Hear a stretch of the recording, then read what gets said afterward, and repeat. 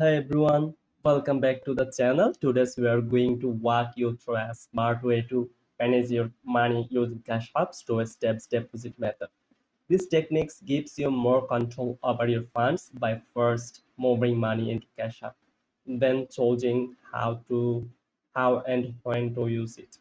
Whether you're budgeting, saving, or adding an extra layer of intention to your spending, this method can help. Let's get started.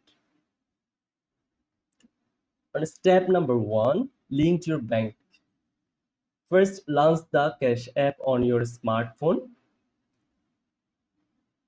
From the home screen, tap your profile icon or go to go straight to the banking tab.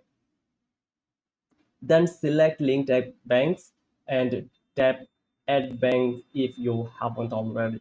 Source your bank from the list and log it using your our online banking credentials. This links your primary funding source uh, to Cash App. On step number two, add cash to your Cash App balance or deposit money from your bank to Cash App.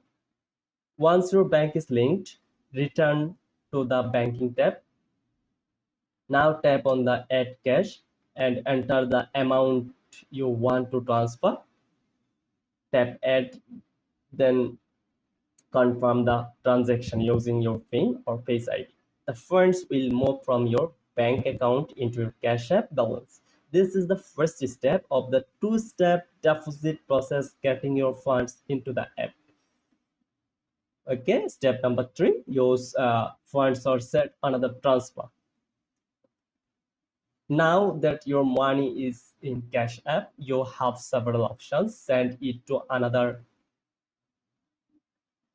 Cash App user, spend it using